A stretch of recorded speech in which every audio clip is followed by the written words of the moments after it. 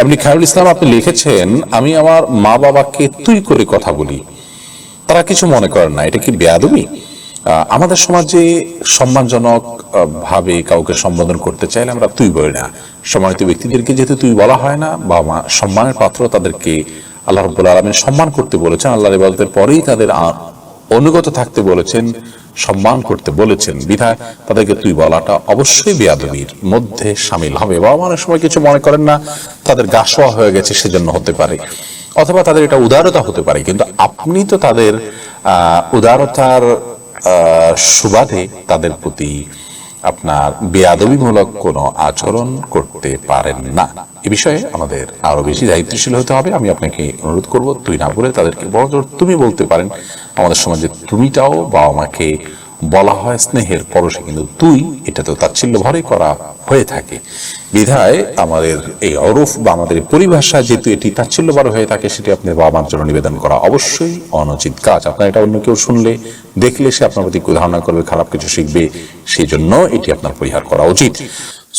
সফির রহমান পাবেল আপনি লিখেছেন, আমার স্ত্রী হিজাব পরলে প্রচন্ড মাথা ব্যথা করে, কোনোভাবেই পড়তে পারে না, এর কোনো করণীয় কি?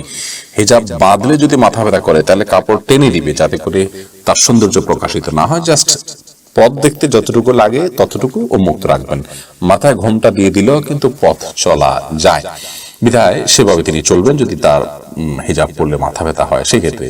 আর যদি এমন হয় যে কাপড় দিলেই মাথা ব্যথা করে, তাহলে সেক্ষেত্রে যথাসম্ভব তিনি বাইর হওয়ার সময় নিজের সৌন্দর্য এবং রূপ লাবণ্যকে যেভাবে ঢেকে সম্ভব, পাতলা কোনো কাপড় দিয়ে ঢাকলেন, অথবা কোনো গাড়িতে এমনভাবে বসলেন যে বাহির থেকে দেখা না যায়, অর্থাৎ অন্য পুরুষের সাথে সৌন্দর্য প্রকাশ না হয়, সেই চেষ্টা তিনি করবেন। তার সাধ্যে যেটুকু আছে সেটুকু দিয়ে হিজাব পড়তেই হবে, অন্য কোনো ভাবে তার সৌন্দর্য তিনি অপ্রকাশিত রাখলে হবে না, ব্যাপারটি কিন্তু সেরকম নয়।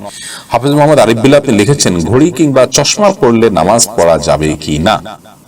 ঘড়ি বা চশমা পরা অবস্থা নামাজ পড়া যাবে, কোনো অসুবিধা নেই। জেবুন্নেসা বেগম লিখেছেন, সালোয়ারের দুপাশ ফাড়া, সামনে ফাড়া, এরকম সালোয়ারের উপর জামা পরে নামাজ পড়লে আদায় হবে কিনা? যদি সালোয়ারের দুপাশ ফাড়া হয় এবং সামনে ফাড়া হয়, তাহলে সেক্ষেত্রে তার উপর অন্য কোনো কাপড় না থাকলে মেয়েদের জন্য সেরকম পোশাক পরে সালাত আদায় করা ঠিক জায়েজ হবে না। কারণ হলো, মেয়েদের সালাতের সময় যে শরীরের অংশ ঢাকতে হবে তা হলো মাথা থেকে নিয়ে একেবারে পা পর্যন্ত, শুধু মুখমণ্ডল এবং দুই হাতের কবজি, এই জায়গাগুলো তিনি উন্মুক্ত রাখবেন, পায়ের পাতা উন্মুক্ত রাখবেন।